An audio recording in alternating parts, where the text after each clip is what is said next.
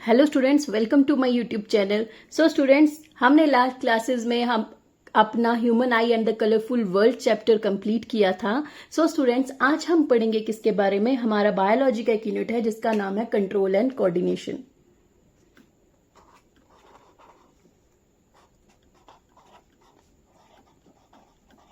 Control and coordination. तो first of all students, मैंने आपको लास्ट अपने लेक्चर सारे में कहा है कि जब भी कभी हमने कोई चैप्टर रीड करना होता है, सबसे पहले हमें उस चैप्टर का मीनिंग पता होना चाहिए। What is the meaning of control and coordination. Control and coordination lesson पढ़ने से पहले आपको कुछ चीजों का ध्यान रखना है, क्योंकि ये एक बेसिक टर्म्स हैं जिनके बारे में अगर आपको पता होगा तभी आप आगे हमारे चैप्टर को समझ सकते हो। Clear students? तो स्टूडेंट्स, आज हम जो पढ़ने जा रहे हैं उसका नाम है कंट्रोल एंड कोऑर्डिनेशन। ये आपका बायोलॉजी का यूनिट है। अब बायोलॉजी हमने पहले फिजिक्स सेक्शन कंप्लीट की थी, जिसमें हमने 2 चैप्टर पढ़े हैं। कौन कौन से पढ़े हैं? एक लाइट और human I in the colourful world. अब हमने केमिस्ट्री से chemical reaction and equation chapter complete किया था।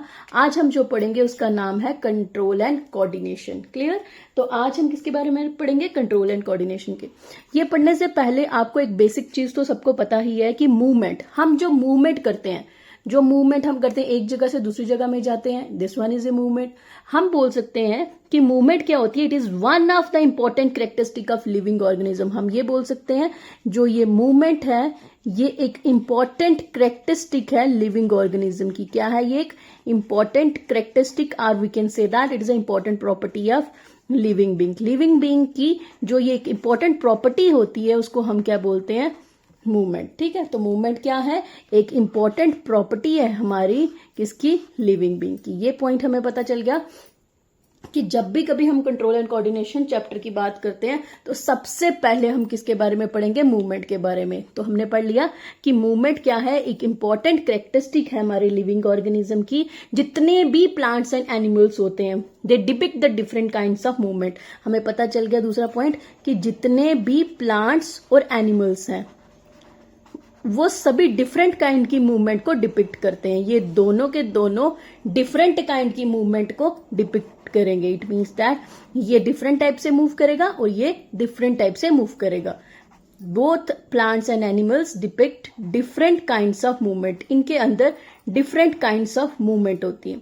क्वेश्चन अराइजेस, मैम आप तो बता रहे हो हमें कि जो एनिमल्स और प्लांट्स होते हैं उनमें डिफरेंट काइंड की मूवमेंट होती है, तो मैम प्लीज बता दीजिए, आप पूछोगे मुझे कि ये कौन से टाइप की मूवमेंट होती है।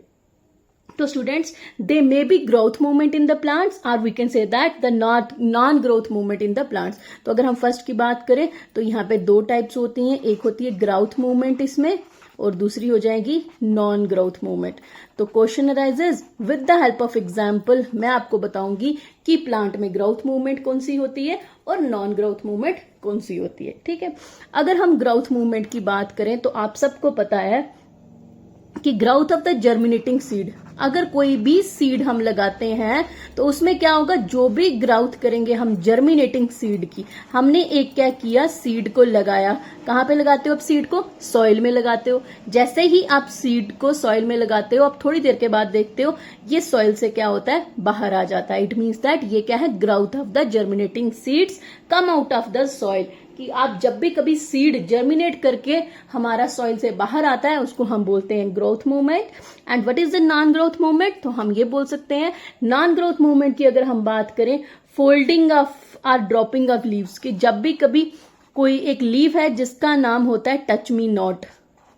क्या नाम है इसका? Touch me not. As the name indicate, ऐसा ट्री, एक ऐसा प्लांट है ये, अगर इसको टच करो तो ये अपने लीव्स को क्लोज कर देता है। Its scientific name is Mimosa pudica. What is its scientific name? Its scientific name is Mimosa podica. इसका नाम क्या है? मिमोसा पोडिका नाम है इसका। क्लियर? अगर हम बात करें किसकी, कि टच मी जो प्लांट होता है, हाँ, जो टच मी प्लांट है ये क्या करता है? इसमें नॉन ग्रोथ मूवमेंट होती है। कैसे? जब भी कभी ये अपने लीव्स को फोल्ड या ड्रॉप कर देता है, लीव्स को, folding and dropping of leaves, कि जब भी क्या किया इसने? अपने लीव्स को ड्रॉप किया या फोल्ड किया, उस टाइप की मूवमेंट को हम क्या बोलते हैं? Non growth movement. क्लियर?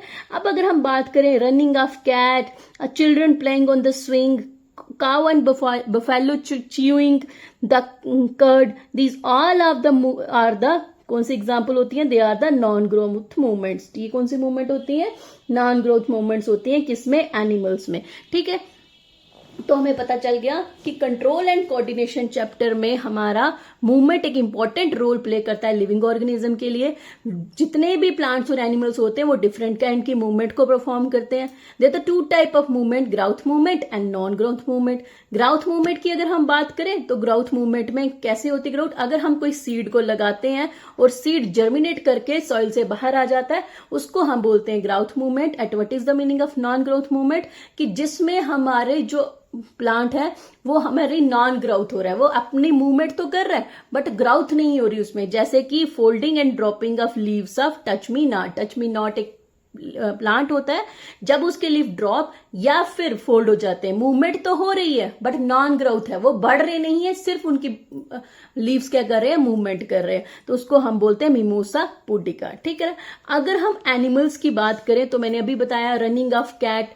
जो भी कैट भागती है वो भी क्या है? एक नॉन मूवमेंट है, नॉन ग्रोथ मूवमेंट है. दूसरा आप बोल सकते हो children playing on the swing. Children क्या कर रहे हैं? झूले में, स्विंग में. स्विंग क्या होता है? झूला. चिल्ड्रन क्या कर रहे हैं? खेल रहे हैं. कहां पे? स्विंग्स में. This is also a non growth movement. अब हम बोल सकते हैं तीसरा क्या? Cow and buffalo chewing curd. जो भी वो खाना खाती हैं उसको क्या करती हैं? च्यू करती हैं. वो भी क्या है? हमारी एक नॉन ग्रोथ मूवमेंट है. क्लियर? तो it means that a question arises कि ये सारी चीजें हो रही क्या है? ये सारी चीजें क्या है? ग्रोथ और नॉन ग्रोथ मूवमेंट की हम बात कर रहे हैं. तो हमें पता होना चाहिए कि अगर हम बात करें the changing in the environment, environment में जो चेंजिंग आती है, the changing in the environment, जो भी हमारे इन्वायरमेंट में चेंजिंग आएगी, टू विच, जिसमें ऑर्गेनिज्म क्या करते हैं? रिस्पॉन्ड करते हैं और रिएक्ट करते हैं. The changing in the environment to which organisms respond, और we can say that react, respond and react. जब भी कभी जब हमारे इन्वायरमेंट में कोई चेंजिंग आएगी और ऑर्गेनिज्म रिस्पॉन्ड करेंगे और रिएक्ट करेंगे, उसको हम बोलते हैं स्टिमुलस. क्या बोलते हैं इसको? स्टिमुलस. तो अभी एक नई टर्म आपके पास आ गई, इसका नाम क्या था? मैं यहां लिख देती हूं, स्टिमुलस. तो अगर आपसे पूछा जाए व्हाट इज स्टिमुलस, तो आप बोलोगे स्टिमुलस क्या होता है? The changing in the environment to which organism respond and react. वो हमारे इन्वायरमेंट में चेंजिंग जिसकी वजह से कोई भी ऑर्गेनिज्म रिस्पॉन्ड करता है और रिएक्ट करता है, उसको हम बोलते हैं क्या? स्टिमुलस. तो चेंजिंग क्या हो सकती है? चेंजिंग हमारे इन्वायरमेंटल फैक्टर हो सकता है. इन्वायरमेंट फैक्टर की बात करें तो इन्वायरमेंट में कौन कौन सी चेंजेस आती हैं? लाइट की बात कर सकते हैं हम, heat, cold, touch, taste, smell, sound, these are all the belongs to the category of environment changes. Clear? आप सबको पता चल गया इसके बारे में. चलिए अब हम नेक्स्ट पढ़ते हैं, इसी के आगे आपको एक्सप्लेनेशन पढ़ते हैं कि क्या होता है ये. ठीक है. अभी मैंने बोला आपको कि ऑर्गेनिज्म, जब भी ऑर्गेनिज्म रिस्पॉन्ड करेंगे और रिएक्ट करेंगे चेंजिंग इन्वायरमेंट को, उसको हम क्या बोलते हैं? स्टिमुलस बोलते हैं. ठीक है. अब देखो ध्यान से समझना इसको कि जो भी लिविंग ऑर्गेनिज्म होते हैं they show response to stimulus. कि जितने भी लिविंग ऑर्गेनिज्म है वो क्या करते हैं? रिस्पॉन्ड करते हैं किसको? स्टिमुलस को. कौन कौन सा स्टिमुलस? स्टिमुलस कौन से हो सकते हैं? अब आपको पूछा जाए स्टिमुलस कौन से हैं, तो आप बोलोगे number one stimulus is your heat, second one is your cold, third one is your sound, fourth one is your smell, taste, touch, pressure, water, force of gravity etcetera. These are the different stimulus, जिसको जब ये stimulus living organism को मिलते हैं तो वो क्या करते हैं, रिएक्ट करते हैं, उसको हम बोलते हैं stimulus. What are the stimulus? The changing in the environment to which the organism respond and react is known as stimulus. तो stimulus पता चल गया आपको कौन कौन से होते हैं, क्लियर। अब देखिए ध्यान से एक चीज और समझिए इसको। अब जो भी रिस्पॉन्स करते हैं, the response of an organism to the stimulus usually in the form of movement of their body part. जैसे मैंने आपको बताया कि ये ग्राउथ हो रही है, क्यों ग्राउथ हो रही है सीड की, क्योंकि सीड को पानी मिल रहा है, सनलाइट मिल रही है। तो आप बोल सकते हो जो भी ग्राउथ प्लांट में हुई है उसमें स्टिमुलस क्या मिल रहा था उसको, heat, water, they all are the stimulus, जिसकी वजह से कोई भी सीड फूट के सॉइल से बाहर आ गया। इसीलिए हम बोल सकते हैं कि जो भी लिविंग ऑर्गेनिज्म रिस्पॉन्ड करते हैं स्टिमुलस को, वो किस फॉर्म में करते हैं, in the form of some movement of their body parts, कि अपनी बॉडी की मूवमेंट करते हैं, जिससे हमें पता चलता है वो रिस्पॉन्ड कर रहे हैं स्टिमुलस से। क्वेश्चन राइजेस कि मैम एग्जाम्पल बता दो कि कैसे हम बता सकते हैं कि कौन कौन से ऐसे स्टिमुलस हैं जिसमें हम एग्जाम्पल से प्रूव करते हैं। चलिए ध्यान से समझना, ये मोस्ट इंपॉर्टेंट है। देखिए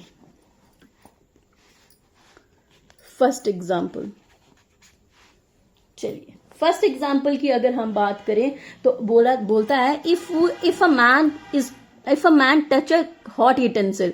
अगर कोई भी मैन है वो क्या करता है, टच करता है किसी हॉट यूटेंसिल को, किसी गर्म बर्तन को वो टच करेगा, तो वो क्या करेगा, वो ऑटोमेटिकली वो क्या करता है, ही क्विकली पुल हिज हैंड, वो क्या कर देता है, अपने हाथ को वहां से उठा लेता है। क्यों उठाता है, क्योंकि जो बर्तन है वो क्या है, हॉट, इसीलिए उसने क्या किया, अपने हाथों को पीछे, पुल हिज हैंड, अपने हाथ को पीछे कर लिया। इस केस में स्टिमुलस क्या है, यहां पे स्टिमुलस है हीट, क्योंकि हीट, गर्म बर्तन था इसीलिए हमने अपने हाथ को उठा लिया, ये हमारा क्या था, रिएक्शन। तो पहली एग्जांपल आपको पता चल गई। अगर एक मैन टच करेगा हॉट यूटेंसिल को, वो ऑटोमेटिकली क्या करेगा, अपने हाथ को पीछे कर लेगा। तो इस केस में उसको स्टिमुलस क्या मिल रहा है, हीट गर्म लग रहा है इसीलिए ये स्टिमुलस है, और उसने रिएक्शन क्या किया, अपने हाथ को पीछे कर लिया, वो क्या है उसका रिएक्शन। क्लियर। अब हम सेकेंड एग्जाम्पल की बात कर लेते हैं। सेकेंड एग्जाम्पल की अगर हम बात करें तो हम बोल सकते हैं कि जब भी कभी when the sun is bright, जब सन क्या होता है, बहुत ही ज्यादा रोशनी, बहुत ज्यादा धूप होती है, तो आप क्या करते हो, सन जब ब्राइट होता है हम क्या करते हैं उस टाइप की सिचुएशन में हम क्या कर देते हैं, क्लोज अवर आईज, हम अपनी आईज को बंद कर देते हैं। क्यों, आप सूरज की रोशनी को ऑटोमेटिकली डायरेक्टली नहीं देख पाते, आपकी आईज क्लोज हो जाती हैं। तो इस केस में जो सनलाइट है वो हमारा क्या करेगी, स्टिमुलस का काम करेगी। तो स्टिमुलस इस केस में क्या है, हमारी सनलाइट क्या है इस केस में, स्टिमुलस है, और ये क्या है हमारा रिएक्शन। सनलाइट ज्यादा होने की वजह से हमें क्या हुआ, तो अपनी आंखें बंद कर दी। तो इस केस में sunlight is a stimulus and हमने जो आईज अपनी क्लोज की वो हमारी क्या है, रिएक्शन। थर्ड एग्जाम्पल ले लेते हैं। मैं इसलिए ये सारी एग्जाम्पल्स बता रही हूँ, 5-6 एग्जाम्पल बताऊंगी सो दैट आपको अच्छी तरह से क्लियर हो जाए। अगर हम थर्ड एग्जाम्पल की बात करें तो बोलता है कि when we are frightened by a dog, जब भी कभी हम क्या होते हैं, कुत्ते से डर जाते हैं, तो आप क्या करते हो, when we frighten by a dog, जब भी कभी हम डॉग से डर जाते हैं तो हम क्या करते हैं, वी रेन अवे, हम वहां से क्या करते हैं, भाग जाते हैं, वी रेन या रन अवे, हम क्या करते हैं, वहां से भाग जाते हैं। तो अगर आपसे पूछे कोई कि इस केस में व्हाट इज द स्टिमुलस, तो आप बोलोगे मैम इस केस में स्टिमुलस क्या है, हमारा फियर, जो हमारा डर है वो हमारे लिए किसका काम करता है, स्टिमुलस का, और हम जो भागते हैं वो क्या है, हमारा रिएक्शन है। ठीक है, इस केस में स्टिमुलस क्या है, फियर, और हम जो भागे वो क्या है, हमारा रिएक्शन है। ठीक है, पता चल गया सबको। अब एक और एग्जांपल ले लेते हैं सनफ्लावर की। तो सनफ्लावर ऑलवेज फेसेस द सन। आपको पता है कि जो सनफ्लावर होता है ऑलवेज फेसेस द सन। आपको पता है जब सूरजमुखी जो फूल है वो हमेशा ही किसकी तरफ फेस करके रखता है सन की तरह, तो ये सन की तरफ, तो यहाँ पे स्टिमुलस क्या मिल रहा है उसको, सनलाइट। तो उसका रिएक्शन क्या था कि वो हमेशा ही जो सूरज की तरफ झुका रहता है वो क्या है, उसका रिएक्शन है। ये भी हमें पता चल गई। अब एक कॉमन जो आपकी लाइफ में आप रेगुलर आपको एक्सपीरियंस करते हो वो है ये चीज, व्हेन वी आर हंग्री, जब आपको बहुत ही ज्यादा भूख होती है, भूख लगती है, तो आप सबसे पहले क्या काम करते हो, आप क्या करते हो, वी ईट फूड, हम खाने को क्या करते हैं, खा लेते हैं। ठीक है, तो इस केस में कौन सी चीज आपकी बता सकते हो कि which one is your stimulus and which one is your reaction. तो आप यहां पे बोल सकते हो इस केस में स्टिमुलस क्या है, हमारा हंगर, जो हमें भूख लगी है वो हमारी क्या है, स्टिमुलस, और रिएक्शन क्या है हमारा, कि हमने जो खाना खाया वो क्या है, हमारा रिएक्शन है। क्लियर। तो हम इस पूरे से हम from all the examples above we discuss we can say that कि stimulus is a characteristic property of living organism. हम ये बोल सकते हैं कि जो स्टिमुलस होता है ये एक करेक्टरिस्टिक प्रॉपर्टी है किसकी, लिविंग ऑर्गेनिज्म की। Stimulus is a important or characteristic बोल सकते हैं, important property of living organism. कि स्टिमुलस क्या है, किसी भी लिविंग ऑर्गेनिज्म की एक इंपॉर्टेंट प्रॉपर्टी है। क्यों, ये हमने प्रूफ कर दिया, इतनी सारी एग्जाम्पल्स देके हमने ये बता दिया कि स्टिमुलस क्या है, एक इंपॉर्टेंट प्रॉपर्टी है लिविंग ऑर्गेनिज्म की। लिविंग ऑर्गेनिज्म हमेशा ही स्टिमुलस को रिस्पॉन्ड करते हैं। तो एक और बात आपको ध्यान रखनी है नोट में कि फर्स्ट पॉइंट आपको ध्यान क्या देखना है कि इस यहां पे हम another word which is also used in the place of the reaction is response। तो याद रखना, reaction word यूज करूं या फिर response यूज करूं, एक ही बात होती है। ठीक है, हमें रिएक्शन करूं या फिर रिस्पॉन्स करूं, एक ही बात होती है। तो हम ये बोल सकते हैं the response to the stimulus, जो भी रिस्पॉन्स करता है स्टिमुलस को लिविंग ऑर्गेनिज्म, वो उसकी क्या होती है, एक इंपॉर्टेंट करेक्टरिस्टिक प्रॉपर्टी होती है। ठीक है, तो इसका मतलब एनिमल्स भी और दूसरे हमारे प्लांट्स भी ये क्या करते हैं, they respond to the various stimulus around us, की उसके आगे पीछे जितने भी स्टिमुलस होते हैं ये सारे के सारे स्टिमुलस को रिस्पॉन्ड करते हैं। कौन कौन, प्लांट्स भी और एनिमल्स भी, ये क्या करते हैं, स्टिमुलस को रिस्पॉन्ड करते हैं।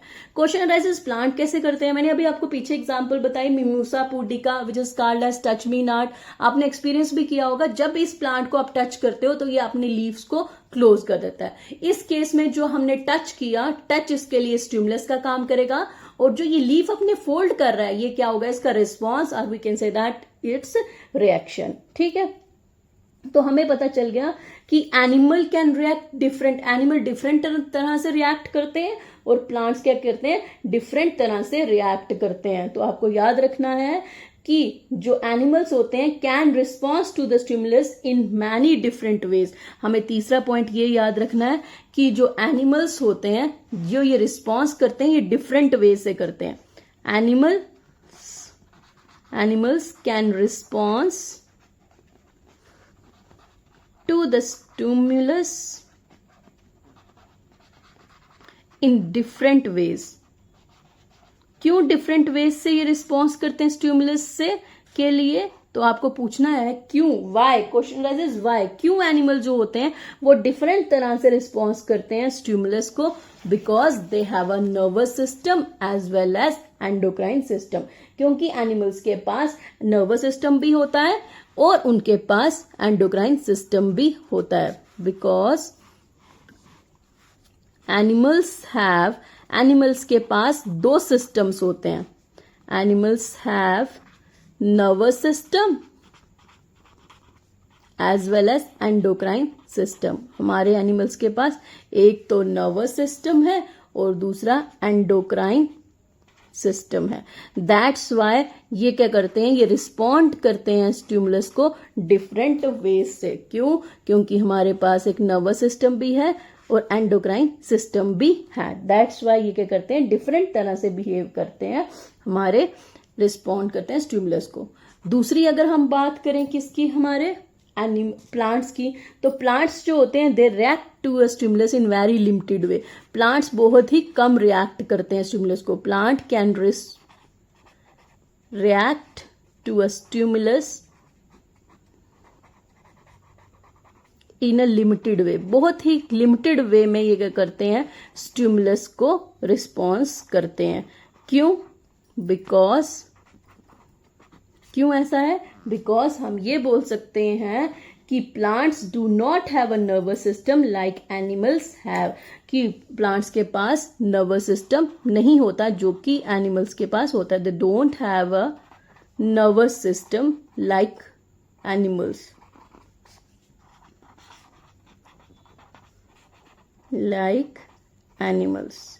और इनके पास सिर्फ क्या होता है, हार्मोनल सिस्टम होता है for producing the reaction to the stimulus. तो हम ये बोल सकते हैं कि plants only use hormones. Plants क्या यूज करते हैं? They only use hormones. किसके लिए? हार्मोन्स को यूज करते हैं for producing reaction to the stimulus, for producing reaction to a stimulus. Stimulus को रिएक्ट करने के लिए ये क्या करते हैं, सिर्फ और सिर्फ क्या करते हैं, इनके पास हार्मोन्स ही ऐसे होते हैं जिनका यूज करते हैं ये रिएक्ट करने के लिए स्टिमुलस को। क्लियर?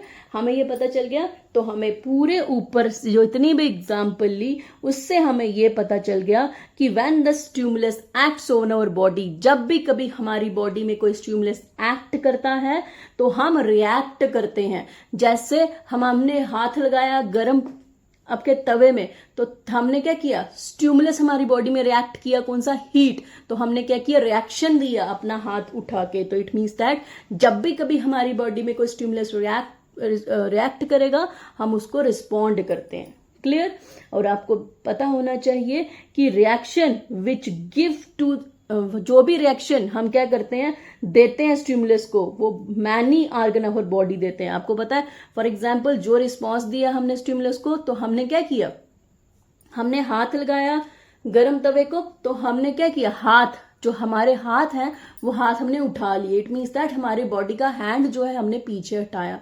ठीक है? जब हम कुत्ते को देख के डर गए, डॉग को देख के, तो हम क्या किए, भागे। उस टाइम हमारा कौन सा बॉडी पार्ट वर्क किया, हमारी टांगे वर्क की।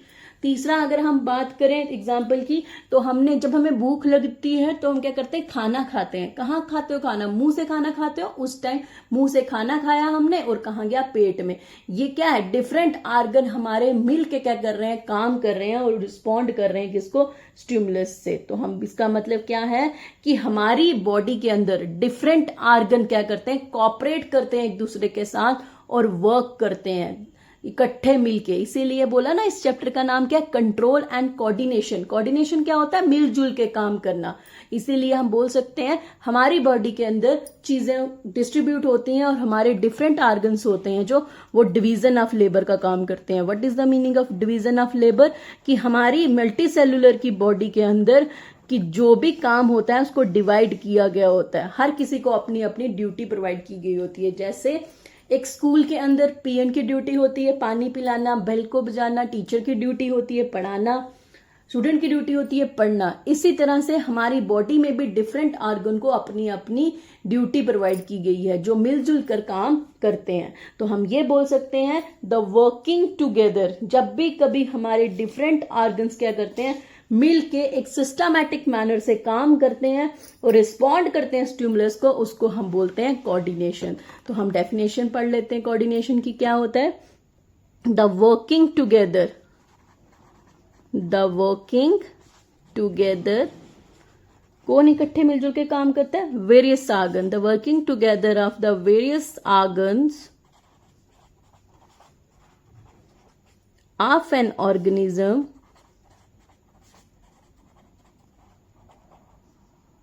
of an organism in a systematic manner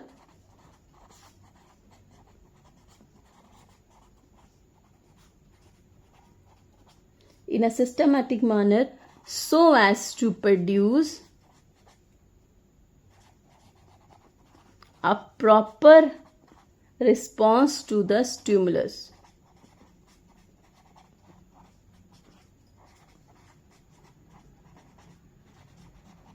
इसको हम क्या बोलते हैं, कोऑर्डिनेशन। क्या बोलेंगे इसको हम, कोऑर्डिनेशन बोलेंगे। तो हमें पता चल गया the working together of various organs, जब हमारे डिफरेंट आर्गन जो होते हैं ऑर्गेनिज्म के एक सिस्टमैटिक मैनर में काम करते हैं। क्यों करते हैं? Because so as to produce, क्योंकि उनको क्या प्रोड्यूस करना होता है, रिस्पॉन्स देना होता है स्टिमुलस को, उसको हम बोलते हैं कोऑर्डिनेशन। इसको हम क्या बोलेंगे? कोऑर्डिनेशन। तो हमारे चैप्टर का ही नाम था क्या? Control and coordination. तो हमें पता चल गया कि कोऑर्डिनेशन क्या होता है, जब भी हमारे डिफरेंट ऑर्गन्स बॉडी के एक सिस्टमैटिक मैनर से वर्क करते हैं। क्यों करते हैं? सो दैट ये दे रिस्पॉन्स कर सके स्टिमुलस को, उसको हम क्या बोलते हैं? कोऑर्डिनेशन। क्वेश्चन अराइजेस, रिपीट कर लेते हैं, स्टिमुलस होता क्या है? तो चेंजिंग इन द इन्वायरमेंट, जो भी हमारे इन्वायरमेंट में चेंजिंग होती है जिसको ऑर्गेनिज्म रिस्पॉन्ड करता है और रिएक्ट करता है, उसको हम बोलते हैं स्टिमुलस। स्टिमुलस डिफरेंट होते हैं, हीट, कोल्ड, हंगर, हमारा डर, फ्राइटेंड हो जाते हैं हम जब, ग्रेविटी, हमारी force, pressure, these all are the stimulus. इन सबको हम क्या बोलते हैं? स्टिमुलस बोलते हैं। तो स्टूडेंट्स, आज हमने पढ़ा किसके बारे में? कंट्रोल और कोऑर्डिनेशन चैप्टर के बेसिक जो हमारे थे वो हमने पढ़ा। कल हम नेक्स्ट क्लास में पढ़ेंगे कोऑर्डिनेशन इन द प्लांट्स, की प्लांट्स में कोऑर्डिनेशन किस तरह से होती है। फिर नेक्स्ट हम एक्सप्लेन करेंगे what is the how coordination work in animals, कि कौन कौन से प्लांट हार्मोन्स होते हैं उनके बारे में पढ़ेंगे। व्हाट इज ट्रॉपिज्म क्या है, इन सब के बारे में पढ़ेंगे। आई होप कि आप अच्छी तरह से इसको पढ़ोगे और अच्छी तरह से फिर से रिवाइज भी करोगे। Thank you students and have a nice day.